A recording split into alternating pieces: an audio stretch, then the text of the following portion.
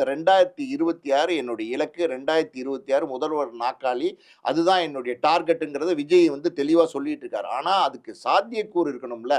Practically வந்து அதுக்கு சாத்தியம் இருக்கா அப்படின்னா, அதுக்கான வாய்ப்புகள் ரொம்ப ரொம்ப கம்மி. எத வச்சு கம்மின்னு சொல்றீங்க சார்? இப்ப நம்ம பேசிட்டு இருக்கிற காலகட்டங்கள் வரையும் பார்த்தீங்கன்னா, விஜய் வந்து எந்த கட்சியோடையும் கூட்டணி இல்ல. பெரிய கட்சிகள் எதோடையுமே கூட்டணி இணையல.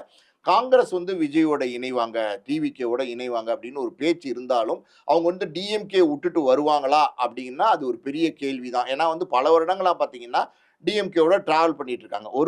காங்கிரஸ். ஒரு காலத்துல வந்து ஏடிஎம்கேவோட காங்கிரஸ் டிராவல் பண்ணிட்டு இருந்தாங்க. இப்ப நிலையா வந்து டிஎம்கேவோட டிராவல் பண்ணிட்டு இருக்காங்க. ஸோ ஒரு டிஎம்கே அப்படின்னும்போது, ஒரு திராவிட கட்சி மட்டுமில்ல, ஒரு மாநில கட்சியில பார்த்தீங்கன்னா, ரொம்ப ஸ்ட்ராங்கான கட்சி. அது பல வருடங்களா அதனுடைய அஸ்திவாரத்தை யாராலயும் அசைக்க முடியல. உண்மையே அதுதான். அதாவது எத்தனையோ போராட்டங்கள், எத்தனையோ நேரங்கள்ல ஆட்சி இல்லாம இருந்திருக்கு. எம்ஜிஆர் கிட்டத்தட்ட அவர் ஆட்சி வந்ததுக்கு அப்புறம் 10 வருஷத்துக்கு மேல டிஎம்கேவால ஆட்சி மறுபடியும் அமைக்க முடியல.